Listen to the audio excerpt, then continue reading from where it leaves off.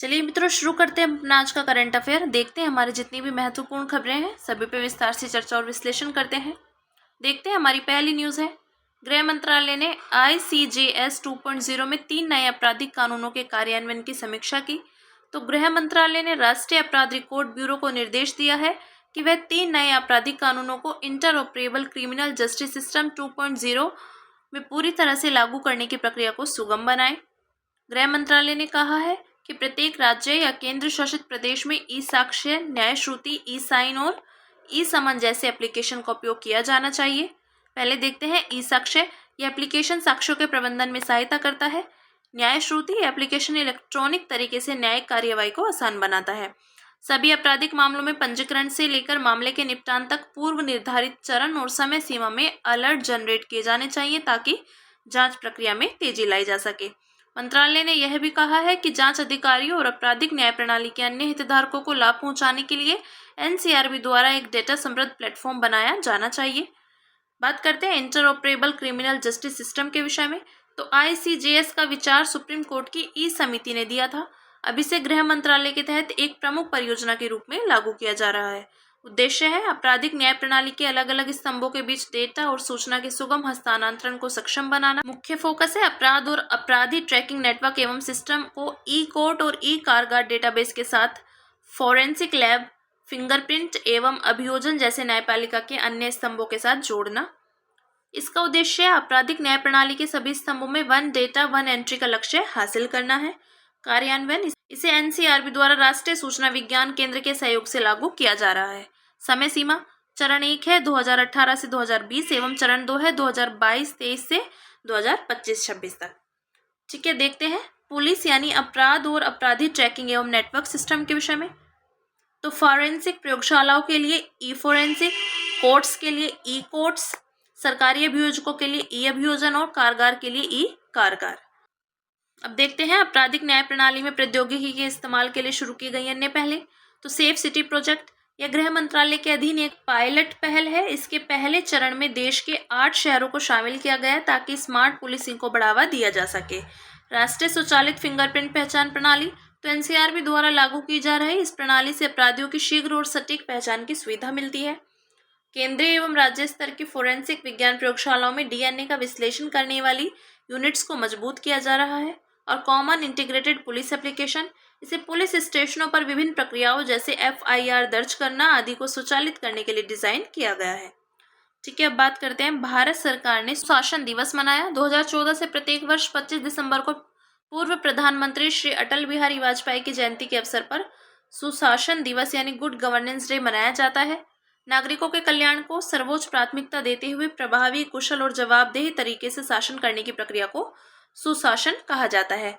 संयुक्त राष्ट्र ने सुशासन के 8 लक्षण बताए हैं। देखते हैं कौन कौन से हैं। तो सर्वसम्मति को प्राथमिकता, सहभागी, जवाबदेही, पारदर्शिता, उत्तरदायी, कुशल और प्रभावी, समान और समावेशी और विधि के शासन का पालन। ठीक है, अब बात करेंगे शुरू की गई नई पहलों के विषय में। तो सुशासन दिवस के अवसर पर कार्मिक, लोक शिकायत एवं पेंशन मंत्रालय ने निम्नलिखित प्रमुख पहलों की शुरुआत की है। विकसित पंचायत कर्मयोगी, यह प्रशासन गांव की ओर अभियान का एक हिस्सा है। इसका उद्देश्य नवीन साधनों और क्षमता निर्माण फ्रेमवर्क के माध्यम से पंचायती राज संस्थाओं को मजबूत बनाना है। इसे ओडिशा, असम, गुजरात और आंध्र प्रदेश में पायलट परियोजनाओं के रूप में चलाया जा रहा है। इसके तहत ई-लर्निंग प्लेटफॉर्म, AI चैटबॉट्स और मोबाइल ऐप्स का उपयोग करते हुए ज्ञान एवं सूचना के अभाव को पूरा कर सेवा वितरण में सुधार किया जाता है। एकल एवं सरलीकृत पेंशन आवेदन फॉर्म, तो इलेक्ट्रॉनिक मानव संसाधन प्रबंधन प्रणाली को भविष्य पोर्टल के साथ एकीकृत करके पेंशन प्रक्रिया को सरल बनाया गया है। इसके लिए पूरी प्रक्रिया को डिजिटल बनाया गया है। पेंशन संबंधी निर्देशों का सार संग्रह 2024, जिसमें पेंशन से संबंधित सभी अपडेटेड नियमों, प्रक्रियाओं और दिशा निर्देशों को शामिल किया गया है। भारत में सुशासन को सुनिश्चित करने के समक्ष चुनौतियां, तो भ्रष्टाचार, जवाबदेही की कमी, राजनीति का अपराधीकरण, अधिकारों और कर्तव्यों के बारे में जागरूकता का निम्न स्तर, कानूनों का अप्रभावी कार्यान्वयन आदि। सुशासन के लिए शुरू की गई अन्य पहले। तो सुशासन सूचकांक है, राज्यों में गवर्नेंस की स्थिति का आकलन करता है। Pragati, proactive governance and timely implementation, यह सरकारी प्रोग्राम की निगरानी के लिए एक प्लेटफॉर्म है। मिशन कर्मयोगी, यह सरकारी कर्मचारियों के दृष्टिकोण, कौशल और ज्ञान को बढ़ाने से संबंधित केंद्र सरकार की एक पहल है। और डिजिटल सार्वजनिक अवसंरचना बुनियादी सरकारी सेवाओं तक पहुंच में सुधार हेतु और कल्याणकारी योजनाएं हैं, जैसे जल जीवन मिशन, प्रधानमंत्री आवास योजना और आयुष्मान भारत आदि। ठीक है, बात की हमने गुड गवर्नेंस के लिए जो पहले शुरू की गई है उनके विषय में अब बात करेंगे। दक्षिण कोरिया बना सुपर एज्ड समाज। तो हाल ही में दक्षिण कोरिया की इंटीरियर एंड सेफ्टी मिनिस्ट्री ने औपचारिक रूप से घोषणा की है कि दक्षिण कोरिया एक सुपर एज्ड समाज बन गया है। इसका मुख्य कारण यह है कि दक्षिण कोरिया की आबादी का 20% से अधिक हिस्सा 65 वर्ष या उससे अधिक आयु वर्ग के लोगों का हो गया है। इसलिए अब जापान के बाद दक्षिण कोरिया एशिया में सुपर एज्ड समाज वाला दूसरा देश बन गया है। संयुक्त राष्ट्र के अनुसार किसी देश को एजिंग का सामना करने वाला देश तब माना जाता है जब वहां की जनसंख्या में 65 वर्ष से अधिक आयु के लोगों की हिस्सेदारी 7% से अधिक हो जाए। एज्ड का सामना करने वाला देश तब माना जाता है जब वहां की जनसंख्या में 65 वर्ष से अधिक आयु के लोगों की हिस्सेदारी 14% से अधिक हो जाए, तथा सुपर एज्ड का सामना करने वाला देश तब माना जाता है जब वहां की जनसंख्या में 65 वर्ष से अधिक आयु के लोगों की हिस्सेदारी 20% से अधिक हो जाए। ठीक है, अब बात करेंगे वृद्धजनों की स्थिति के विषय में। तो पहले विश्व स्तर पर देखते हैं। वैश्विक स्तर पर 60 वर्ष से अधिक आयु वर्ग की जनसंख्या 2020 में 1 अरब थी। अनुमान है कि यह 2050 तक बढ़कर 2.1 अरब हो जाएगी। जनसंख्या में वृद्धजनों की बढ़ती आबादी प्रारंभ में जापान जैसे उच्च आय वाले देशों में देखी गई थी। हालांकि अब वृद्धजनों की आबादी निम्न और मध्यम आय वाले देशों में भी तेजी से बढ़ रही है। ऐसा अनुमान है कि 2050 तक इन देशों में वृद्ध जनसंख्या की हिस्सेदारी 2/3 तक पहुंच सकती है। ठीक है, भारत में बात करें तो UNFPA 2023 के अनुसार 2050 तक भारत की कुल जनसंख्या में वृद्धजनों की आबादी 20% से अधिक हो सकती है। किसी देश में वृद्धजनों की बढ़ती आबादी से जुड़ी चुनौतियां आर्थिक, जैसे कार्यबल में कमी, स्वास्थ्य देखभाल की लागत में वृद्धि, सामाजिक सुरक्षा प्रणालियों पर होने वाले व्यय में वृद्धि आदि। सामाजिक, इसके कारण वृद्धजनों की देखभाल करने में परिवारों की जिम्मेदारियां बढ़ जाती हैं। उनके देखभाल के लिए परिवार के अन्य सदस्यों को अधिक समय निकालना पड़ता है। जनरेशन गैप को दूर करने का प्रयास करना पड़ता है और साथ ही सामाजिक सामंजस्य बनाए रखने की भी आवश्यकता पड़ती है। अवसंरचना, वृद्धजनों की आबादी बढ़ने से शहरों को अपनी परिवहन व्यवस्था में बदलाव लाने की जरूरत पड़ती है ताकि बुजुर्गों को आसानी से और सुरक्षित रूप से एक जगह से दूसरी जगह जाने में मदद मिल सके। ठीक है, बात करते हैं उठाए गए कदम के विषय में। तो वैश्विक स्तर पर संयुक्त राष्ट्र Madrid international plan of action on ageing 2002, इसका उद्देश्य वृद्धजनों के लिए जीवन की बेहतर गुणवत्ता को बढ़ावा देना है। विश्व स्वास्थ्य संगठन की वैश्विक रणनीति 2016 से 2020, इसमें हेल्दी एजिंग और आयु अनुकूल परिवेश पर ध्यान केंद्रित किया गया है। सतत विकास लक्ष्य, संयुक्त राष्ट्र के SDG 3 यानी स्वास्थ्य और SDG 10 असमानता को कम करने के माध्यम से वृद्धजनों की समस्याओं के समाधान पर ध्यान केंद्रित किया गया है। 2021 से 2030 को UN decade of healthy ageing घोषित किया गया है। भारत में लोक स्वास्थ्य बीमा के रूप में आयुष्मान भारत प्रधानमंत्री जन आरोग्य योजना शुरू की गई। वृद्धजनों के कल्याण को सुनिश्चित करने के उद्देश्य से 1999 में राष्ट्रीय वृद्धजन नीति की घोषणा की गई थी और माता पिता और वरिष्ठ नागरिकों का भरण पोषण और कल्याण अधिनियम 2007, इस कानून का उद्देश्य बुजुर्गों को सामाजिक, आर्थिक और स्वास्थ्य संबंधी सुरक्षा प्रदान करना है। वृद्धजनों के स्वास्थ्य देखभाल हेतु राष्ट्रीय कार्यक्रम, इसके तहत निवारक यानी प्रिवेंटिव, उपचारात्मक, क्यूरेटिव और पुनर्वासात्मक रिहैबिलिटेटिव चिकित्सा प्रदान करने पर ध्यान केंद्रित किया जाता है। ठीक है, अब बात करते हैं प्रधानमंत्री ने केन बेतवा नदी जोड़ो राष्ट्रीय परियोजना की आधारशिला रखी। तो हाल ही में प्रधानमंत्री ने मध्य प्रदेश के खजुराहो में केन बेतवा नदी जोड़ो परियोजना की आधारशिला रखी। यह देश की पहली नदी जोड़ो परियोजना है जिसे राष्ट्रीय परिप्रेक्ष्य योजना के अंतर्गत लागू किया जा रहा है। राष्ट्रीय परिप्रेक्ष्य योजना को अगस्त 1980 में तत्कालीन केंद्रीय सिंचाई मंत्रालय यानी वर्तमान में जल शक्ति मंत्रालय द्वारा तैयार किया गया था। NPP के तहत राष्ट्रीय जल विकास एजेंसी का गठन किया गया है। NWDA ने देश में 30 रिवर लिंक्स की पहचान की है। इनमें से 16 प्रायद्वीपीय क्षेत्र और 14 हिमालय क्षेत्र में है। नदी जोड़ो परियोजना का महत्व, तो सिंचाई सुविधा, राष्ट्रीय परिप्रेक्ष्य योजना का लक्ष्य देश के लगभग 35 मिलियन हेक्टेयर क्षेत्र में सिंचाई सुविधा का विकास करना है। जल विद्युत उत्पादन, इसमें लगभग 34,000 मेगावाट जल विद्युत के उत्पादन में मदद मिल सकती है। जल सुरक्षा, इससे पेयजल और औद्योगिक उद्देश्यों के लिए जल की उपलब्धता में वृद्धि होगी। अंतर्देशीय जलमार्ग का विकास, तो इनका उपयोग नौवहन के लिए जलमार्ग के रूप में किया जा सकता है। अन्य बाढ़ और सूखा प्रबंधन, कृषि आधारित उद्योगों का विकास, इन परियोजनाओं के निर्माण के दौरान और उसके बाद रोजगार सृजन, पर्यटन का विकास आदि।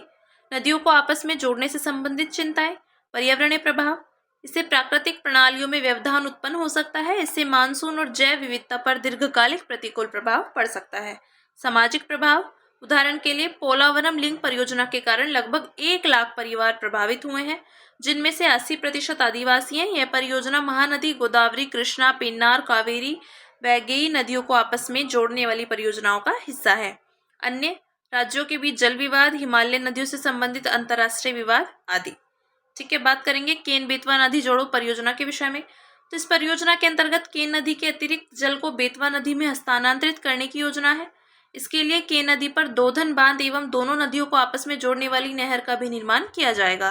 केबीएलपी परियोजनाओं के प्रथम चरण में दोधन बांध कॉम्प्लेक्स और low level tunnel, Ken Betwa link नहर एवं बिजली घरों का निर्माण किया जाना है।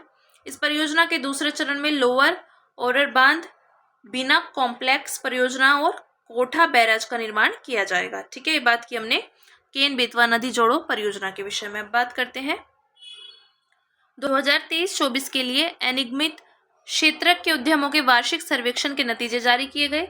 तो ASU सर्वेक्षण को सांख्यिकी एवं कार्यक्रम कार्यान्वयन मंत्रालय के तहत कार्यरत राष्ट्रीय सांख्यिकी कार्यालय द्वारा जारी किया गया है।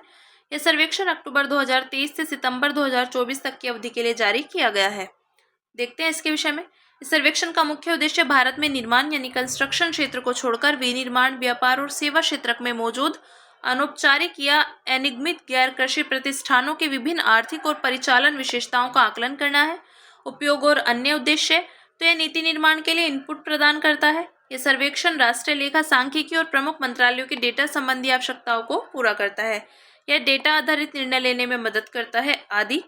इस सर्वेक्षण के मुख्य निष्कर्षों पर एक नजर डालते हैं। अनिगमित क्षेत्र में प्रतिष्ठानों की संख्या बढ़कर 7.34 करोड़ हो गई है। इसमें 2022-23 की तुलना में 12.84% की वृद्धि दर्ज की गई है। महिलाओं के स्वामित्व वाले प्रतिष्ठानों का प्रतिशत 2022-23 में 22.9% था, जो बढ़कर 26.2% हो गया है। यह महिला उद्यमिता में वृद्धि को दर्शाता है। चालू कीमतों पर सकल मूल्यवर्धन में इस क्षेत्र के योगदान में 16.52% की वृद्धि हुई है। इसका मुख्य कारण अन्य सेवा क्षेत्र में हुई वृद्धि है। इस क्षेत्र में 12 करोड़ से अधिक श्रमिक काम करते हैं। साथ ही चालू कीमतों पर प्रति श्रमिक जीवीए में 5.62% की वृद्धि हुई है। गौरतलब है कि प्रति श्रमिक जीवीए किसी क्षेत्र की श्रम उत्पादकता का एक माप है। इंटरनेट का उपयोग करने वाले प्रतिष्ठानों का प्रतिशत 2022-23 में 21.1% था, जो बढ़कर 26.7% हो गया है। यह वृद्धि डिजिटल विकल्प को अपनाने की दिशा में एक मजबूत ट्रेंड को दर्शाती है।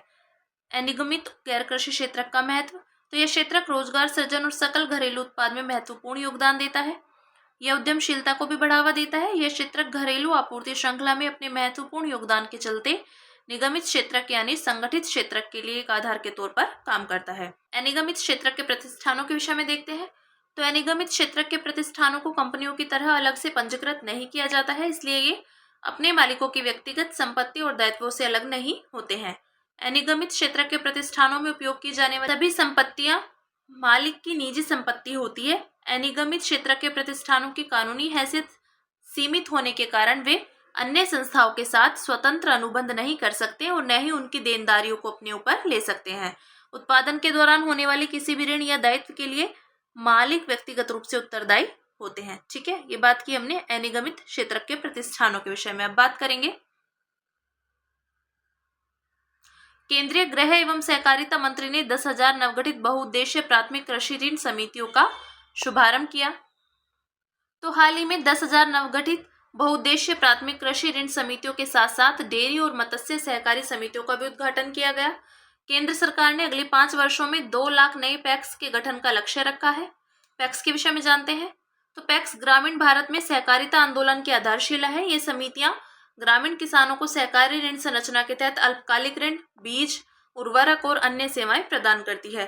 प्रमुख कार्य पैक्स के महत्वपूर्ण कार्यों में शामिल है किसानों को ऋण प्रदान करना, ऋणों का संग्रह करना, उन्हें पुनः भुगतान करना, किसानों को बीज, उर्वरक, कीटनाशक आदि का वितरण करना, किसानों के उत्पादों को खरीदना आदि।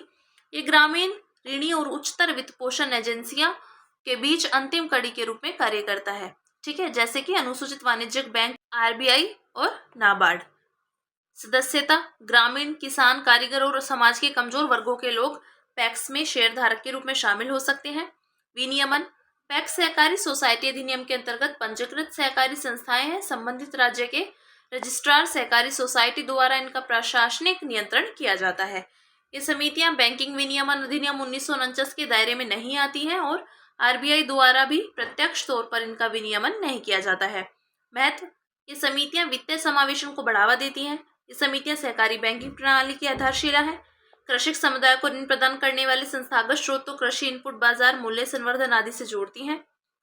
ठीक है, पैक्स के समक्ष विद्यमान चुनौतियां, तो संगठनात्मक कमियां, अपर्याप्त भौगोलिक कवरेज और कमजोर क्रेडिट यूनिट्स भारत के ग्रामीण क्षेत्रों में सहकारिता आंदोलन के समक्ष एक बड़ी चुनौती है।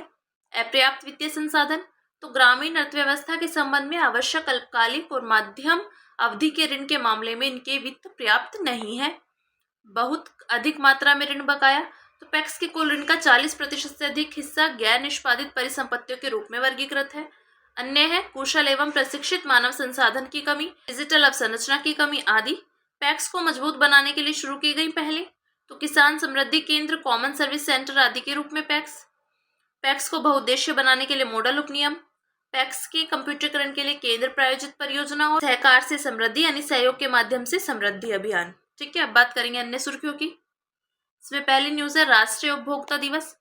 तो उपभोक्ता मामले, खाद्य और सार्वजनिक वितरण मंत्रालय ने राष्ट्रीय उपभोक्ता दिवस 2024 के अवसर पर कुछ प्रमुख पहलें शुरू की है। प्रत्येक वर्ष 24 दिसंबर को राष्ट्रीय उपभोक्ता दिवस मनाया जाता है। गौरतलब है कि उपभोक्ता संरक्षण अधिनियम 1986 को 24 दिसंबर के दिन ही राष्ट्रपति की स्वीकृति मिली थी। शुरू की गई महत्वपूर्ण पहले, तो उपभोक्ताओं को डार्क पैटर्न से बचाने के लिए जागो ग्राहक जागो ऐप, जागृति ऐप और जागृति डैशबोर्ड का शुभारंभ किया गया है। गवर्नेंस और परिचालन में पारदर्शिता, दक्षता एवं जवाबदेही को बढ़ाने के लिए नेशनल लीगल मेट्रोलॉजी ई मैप की शुरुआत की गई है। तीव्र शिकायत समाधान, बहुभाषी समर्थन और एआई संचालित सुविधाएं प्रदान करने के लिए संशोधित राष्ट्रीय उपभोक्ता हेल्पलाइन पोर्टल NCS 2.0 को शुरू किया गया है। ठीक है, अब बात करेंगे United Nations disengagement observer forms. तो हाल ही में संयुक्त राष्ट्र महासचिव ने ब्रिगेडियर अमिताभ झा को श्रद्धांजलि अर्पित की। Amitabh Jha United Nations disengagement observer forms के तहत गोलन हाइट्स पर तैनात थे। UNDOF के विषय में जानते हैं, तो मुख्यालय इसका कैंप फुआर यानी सीरिया के हिस्से वाला गोलन हाइट्स। इसे इजराइल और सीरिया के बीच 1974 के डिसएंगेजमेंट ऑफ फोर्सेस एग्रीमेंट के बाद संयुक्त राष्ट्र सुरक्षा परिषद के संकल्प 350 यानी 1974 द्वारा स्थापित किया गया था। सौंपे गए कार्य, गोलन हाइट्स में एरिया ऑफ सेपरेशन और एरिया ऑफ लिमिटेशन के निगरानी करना तथा युद्ध विराम को बनाए रखना। हर 6 महीने में इन कार्यों का नवीनीकरण किया जाता है। वर्तमान में इसे जून 2025 तक नवीनीकृत किया गया है। भारत UNDOF में तीसरा सबसे बड़ा सैन्य योगदान करता है। ठीक है, अब बात करेंगे अधिक अनुदान यानी एक्सेस ग्रांट। हाल ही में लोक लेखा समिति यानी PAC ने केंद्र सरकार के 4 मंत्रालयों द्वारा अधिक व्यय किए जाने की शिकायत की। इसके विषय में देखते हैं, तो भारतीय संविधान के अनुच्छेद 115 में अनुपूरक यानी सप्लीमेंट्री, अतिरिक्त, एडिशनल या अधिक यानी एक्सेस अनुदान का प्रावधान है। अधिक अनुदान की मांग, किसी वित्तीय वर्ष में किसी सेवा पर स्वीकृत बजट से अधिक व्यय होने की स्थिति में राष्ट्रपति को संसद के समक्ष अधिक अनुदान की मांग करनी होती है। देखते हैं हैजा। तो विश्व स्वास्थ्य संगठन के अनुसार यमन विश्व में हैजा से सबसे अधिक प्रभावित देश है। जानते हैं हैजा के विषय में। हैजा एक जीवाणु जनित रोग है जो तीव्र दस्त और डिहाइड्रेशन का कारण बनता है। यह विब्रियो कॉलेरी नामक जीवाणु से दूषित भोजन या पानी के सेवन से होता है। अधिकांश लोगों में हैजा के कोई लक्षण नहीं होते या हल्के लक्षण होते हैं। इनका उपचार ओरल रिहाइड्रेशन सॉल्यूशन से किया जा सकता है। यदि समय पर इलाज उपलब्ध न हो तो यह घातक हो सकता है। सुरक्षित पानी, स्वच्छता और साफ सफाई तक लोगों की पहुंच हैजा की रोकथाम के लिए अत्यंत आवश्यक है और ओरल कोलेरा वैक्सीन हैजा को रोकने के लिए और नियंत्रित करने में मदद कर सकती है। ठीक है, अब देखते हैं कीला हुआ ज्वालामुखी। तो हाल ही में हवाई की बिग आइलैंड पर कीला हुआ ज्वालामुखी में विस्फोट हुआ है। ज्वालामुखी विस्फोट के दौरान उत्सर्जित गैसों का लगभग 99% हिस्सा जलवाष्प यानी H2O, कार्बन डाइऑक्साइड CO2 और सल्फर डाइऑक्साइड SO2 से बना होता है। शेष 1% में अल्प मात्रा में hydrogen sulphide, carbon monoxide, hydrogen chloride, hydrogen fluoride आदि शामिल होते हैं। कीला हुआ ज्वालामुखी के बारे में देखते हैं। ये विश्व में सर्वाधिक सक्रिय ज्वालामुखियों में से एक है। स्थान है या USA के हवाई द्वीप के बिग आइलैंड के दक्षिण पूर्वी भाग में स्थित है। विशेषताएं हैं, ज्वालामुखी का शिखर ढहकर एक काल्डेरा बन गया है। इसकी ढलानें हवाई के वोल्केनो नेशनल पार्क में स्थित ज्वालामुखी मोना लोआ के साथ लगती है।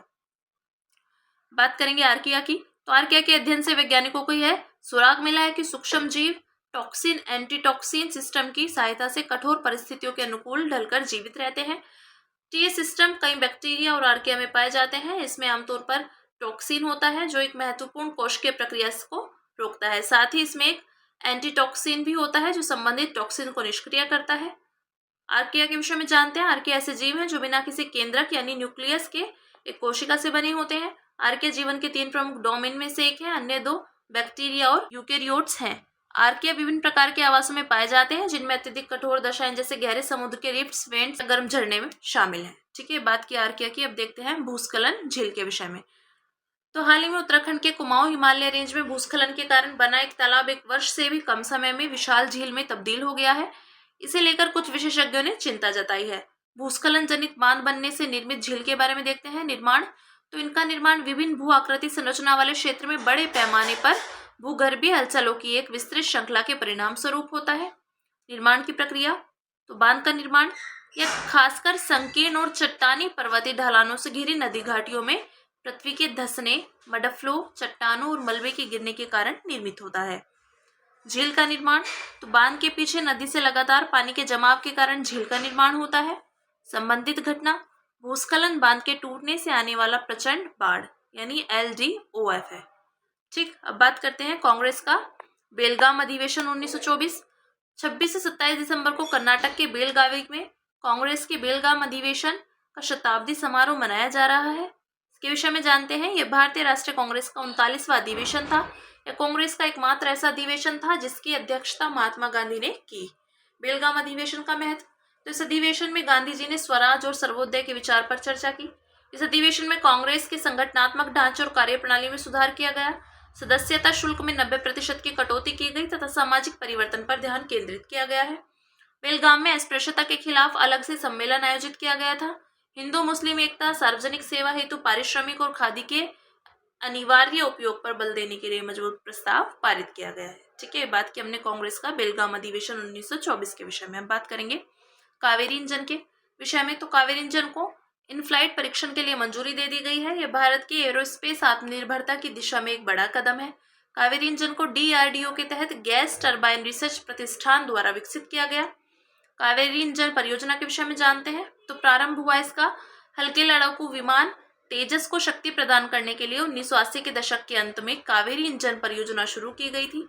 बाद में DRDO ने कावेरी इंजन के ड्राई वर्जन को विकसित करने पर अपना ध्यान केंद्रित किया ताकि UAV में इसका उपयोग किया जा सके। वर्तमान क्षमता, ड्राई कावेरी इंजन 49 से 51 kN का थ्रस्ट उत्पन्न करता है जो घातक स्टील्थ UCAV जैसे UAV के लिए उपयुक्त है। महत्व, यह एक रणनीतिक उपलब्धि है जो एरो इंजन प्रौद्योगिकी में भारत की आत्मनिर्भरता को बढ़ाएगी। ठीक है, अब देखते हैं भारतीय कम्युनिस्ट पार्टी के विषय में। तो 26 दिसंबर 2024 को भारतीय कम्युनिस्ट पार्टी CPI का 100वां स्थापना दिवस मनाया गया। इसके विषय में जानते हैं। तो दिसंबर 1925 में कानपुर में राष्ट्रीय कम्युनिस्ट सम्मेलन के दौरान भारतीय कम्युनिस्ट पार्टी की स्थापना हुई थी। इस सम्मेलन की अध्यक्षता सिंगरावेलु चेट्टियार ने की थी। गठन के कारण है ब्रिटिश साम्राज्यवादी शासन के प्रति बढ़ता असंतोष, 1917 की रूसी क्रांति की सफलता के बाद वैश्विक स्तर पर समाजवादी या साम्यवादी विचारधारा का लोकप्रिय होना आदि। प्रमुख नेता हैं MN रॉय और अबनी मुखर्जी आदि। स्वतंत्रता संग्राम में महत्वपूर्ण योगदान, तो स्वतंत्र भारत के संविधान का मसौदा तैयार करने के लिए संविधान सभा के गठन का विचार सर्वप्रथम 1934 में MN रॉय द्वारा प्रस्तुत किया गया था। इसने मजदूर और किसान आंदोलन को संगठित करने तथा अखिल भारतीय किसान सभा जैसे संगठनों को मजबूत बनाने में महत्वपूर्ण योगदान दिया था। ठीक है, तो हमारी जितनी भी अन्य सुर्खियां हैं इसमें PT फैक्ट्स हमारे होते हैं ज़्यादातर, काफ़ी डीप पूछ रहे हैं आजकल। तो आप थोड़ा अच्छे से इनको पढ़ लेंगे, बार बार मेमोराइज करेंगे चीज़ें। ठीक है, तो फिर इसी के साथ मिलते हैं कल अपनी नई खबरों के साथ।